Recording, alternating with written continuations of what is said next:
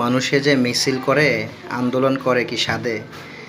বলে না যে বিদ্যুৎ দে, গ্যাস দে, নইলে গদি ছাইরা দে।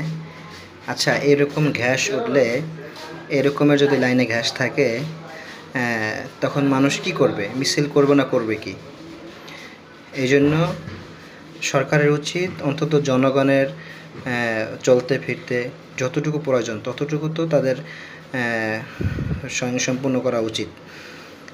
এগুলো না করে তারা এই 10 কিলোমিটার পরে পরে একটা আপনার কি বলে অ্যাম্বুলেন্স সার্ভিস চালু করতেছে, যত ধান্দাবাজি রাস্তা সেগুলো খুলতেছে।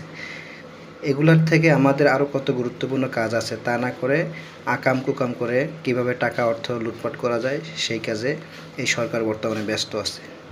আর না হয় গ্যাসের অবস্থা কি আমরা কোনো আমলে এরকম দেখেছি? আল্লাহ তাদের সহি বুঝদান করুক, আর না হয় তাদেরকে আল্লাহ বিচার মুখোমুখি করুক।